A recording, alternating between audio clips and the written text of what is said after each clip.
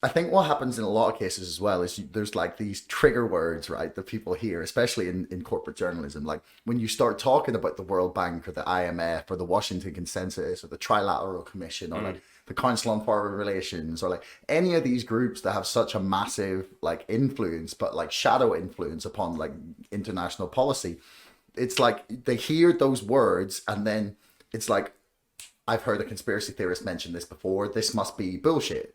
And what happens is then there's like it just the shutters go down. There's no like legitimate discussion of what's going on with these or what these institutions are doing and what they're designed to do and what's actually happening. Like one of the most revelatory parts of the book for me was the use of foreign aid. I did not realize like A, how much money is involved in it, and B, how little oversight there is.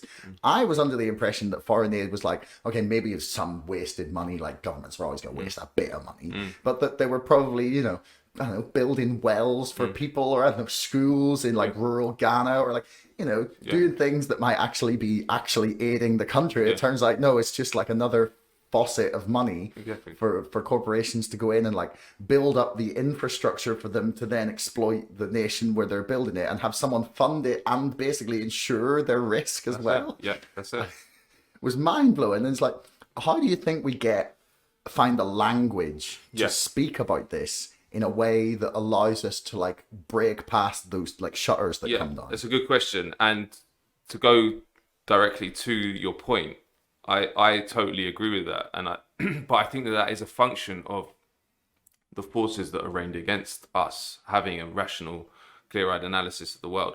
They want people to switch off and think that it's conspiracy theory.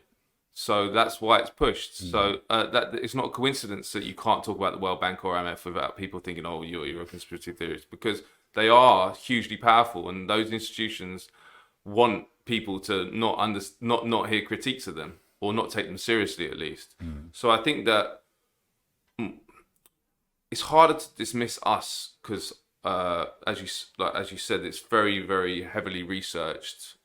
I was at the Financial Times, Claire was at the Guardian. We're harder to dismiss, but we need to just understand that the media is set up to protect these forces, and part of that is to make anyone who is critiquing them seem crazy.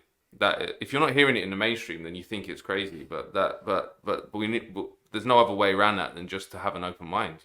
We just got to understand that the reason these truths are not being enunciated in the mainstream is because there's no space for them, because these spaces are colonized by corporate power and state power. It goes for the same with what I do in my day job, which is cover the UK foreign policy.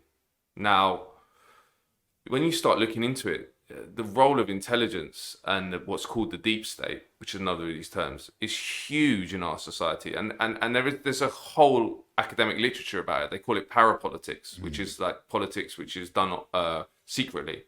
And it has huge amounts of power now and has historically. But it's even more than on World Bank and IMF. You can't have any kind of analysis without people just being like, "Oh no, you said MI6, you must be crazy," sort of thing. And it's infuriating. But there's no real way around it apart from just being really, really rigorous with all your facts and never make a claim about this stuff or the stuff I cover in my day job that isn't backed by hard evidence. It's always don't just use a phrase that. In fact, I don't use deep state because it's so toxic. But national security state I use. But have an idea of what you're describing when you use that, not just use a term. So I think that's the only way we do it. And the funny thing is that when the establishment can't dismiss you as a conspiracy theorist, they'll just ignore you. Yeah. That's the when they can't dismiss you because you have a sort of more sort of a history in institutions which are less easy to dismiss, like the Financial Times or the Guardian. They'll just ignore you. Or I wrote my second book was called The Racket, and it was based on reporting I did for the Financial Times, but about American imperialism, and it was reviewed in the Guardian, and it was compared to the Protocols of the Elders of Zion in the first paragraph. The Protocols of the Elders of Zion is the anti-Semitic forgery from Tsarist Russia, and the guy who reviewed it didn't mention once in the whole review that I'd worked for the Financial Times. So it was a real hit job. It wasn't a mistake that the way he painted the book was impossible, would have been impossible if he'd have mentioned that I was at the Financial Times. So, and actually, when that book was released, I was told by an old friend at the Financial Times that they overheard someone saying, "Oh, we should do a hit job on that book." And the person he was speaking to said, "No, much better just to ignore it." And they did ignore it, and that's much better, more effective way of controlling. We'll see what happens with this. Yeah. But marginalizing truths that threaten the system is much more effective way of doing it than even getting into a flame war of any sort. Hey everyone, thanks for making it right the way to the end of the podcast. I love that you tuned in this long. Do me a favor, hit subscribe, because 80% of you bastards are not subscribing, but you're watching my videos. See you next time.